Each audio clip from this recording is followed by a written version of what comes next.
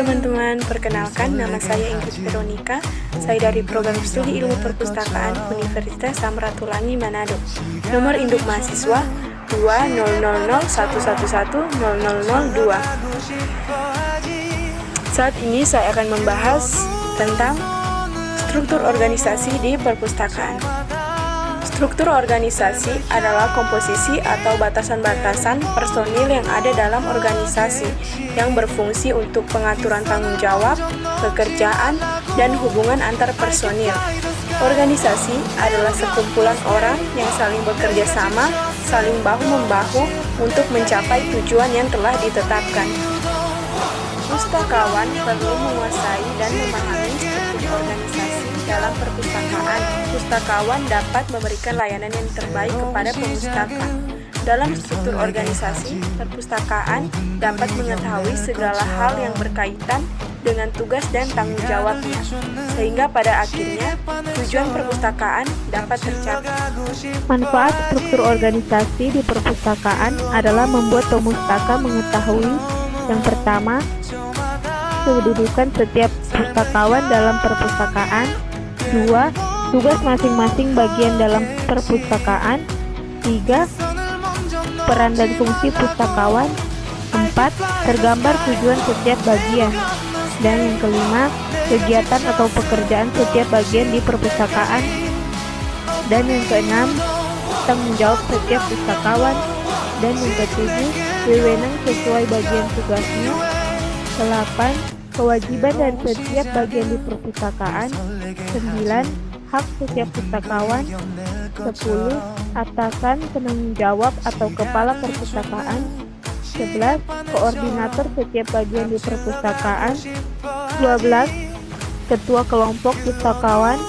13. Staf pelaksana. 14. Mekanisme atau alur setiap bagian yang saling berhubungan. 15. Garis komando. Dan yang terakhir, garis koordinasi.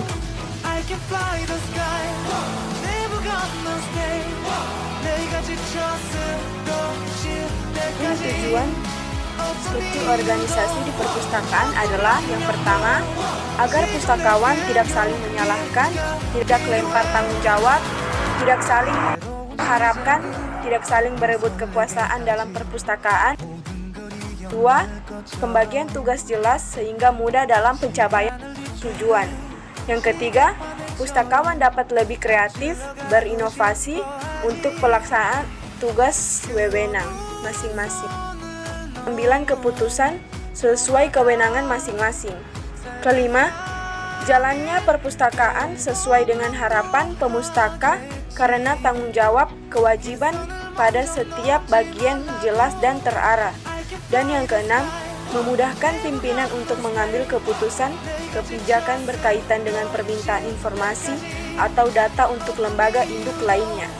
Yang ketujuh, lebih efisien dalam penggunaan sumber daya pustakawan atau SDP, memudahkan dalam pengukuran kinerja karena setiap bagian telah memiliki tugas masing-masing. Struktur organisasi dalam perpustakaan perlu ditata mengenal kekuasaan, pekerjaan, tanggung jawab, dan fungsi masing-masing bagian agar dapat mencapai tujuan perpustakaan dengan baik.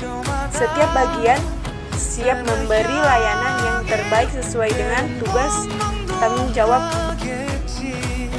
Pustakawan perlu mengetahui tugas dan fungsi pada bagian masing-masing.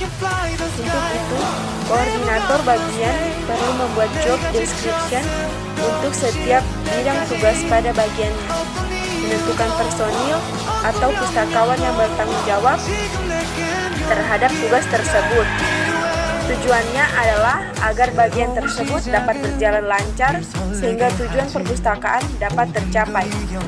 Manfaat dan tujuan dari pembentukan struktur organisasi dalam perpustakaan hanya akan berhasil jika bagian di perpustakaan tetap bekerja sama, saling dukung-mendukung, saling bahu-membahu, dan saling menjaga keharmonisan masing-masing. Hal terpenting adalah struktur organisasi dalam perpustakaan perlu diketahui, dipelajari, dikuasai dan dilaksanakan agar tercipta lingkungan kerja yang menyenangkan dan tujuan perpustakaan dapat tercapai dengan baik.